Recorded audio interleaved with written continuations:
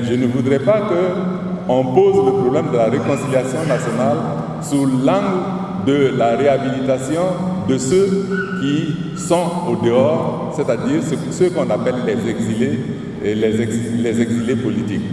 Je ne crois pas, et ça c'est la conviction personnelle du président du Faso, nous n'avons pas d'exilés politiques parce que nous n'avons pas poursuivi des gens pour leur couper la tête au point qu'ils aillent se réfugier quelque part. Par rapport à une question de sécurité et une question de choix, il y a des gens qui sont à l'extérieur. Si vous avez suivi les différents mouvements de ces derniers temps, pour ce qui concerne la situation du général Zida, qui se trouve au Canada et qui est président d'une formation politique, président d'honneur d'une formation politique, qui se présente aux élections présidentielles.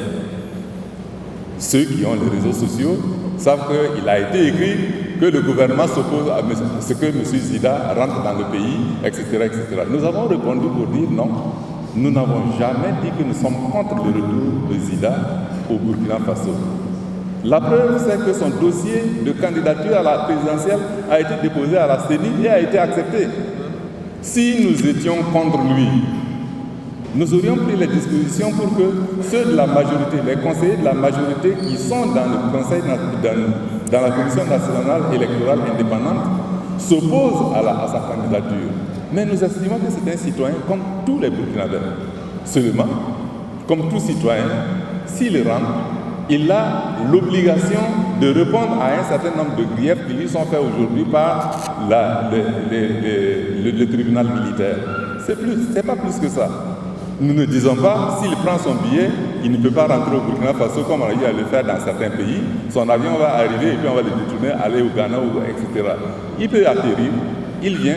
Maintenant, s'il y a des griefs contre lui, il répond aux griefs et puis il va s'installer là où il veut et on n'aura aucun problème.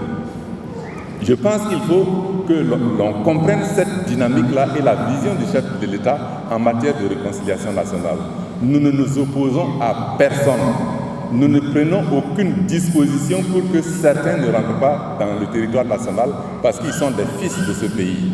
Mais seulement nous disons, pour celui qui a parlé de justice tout à l'heure, nous disons que s'il y a des questions judiciaires qui s'opposent à cela, quand il va arriver, il faudra qu'il réponde comme tout justiciable burkinabé dans ce pays. Donc, nous tenons compte de la nécessité d'aller vers la réconciliation nationale. Nous allons travailler pour qu'il en soit ainsi. Nous avons posé un certain nombre d'actes parce que les gens pensent que la réconciliation nationale, c'est de dire aujourd'hui, bon, on fait un moratoire sur tout ce qui s'est passé et chacun va venir ici déambuler, faire ce qu'il veut, etc., etc. La réconciliation nationale, c'est des petits pas. Quand, par exemple, on résout le problème des militaires qui ont été radiés, mais ça, c'est un processus qui va dans le sens de la consolidation de la réconciliation nationale. Parce que ce sont des phénomènes qui se sont passés lorsque le président Roch-Marc Christian Kaboré n'était pas au pouvoir. Il y a eu des problèmes qui se sont posés.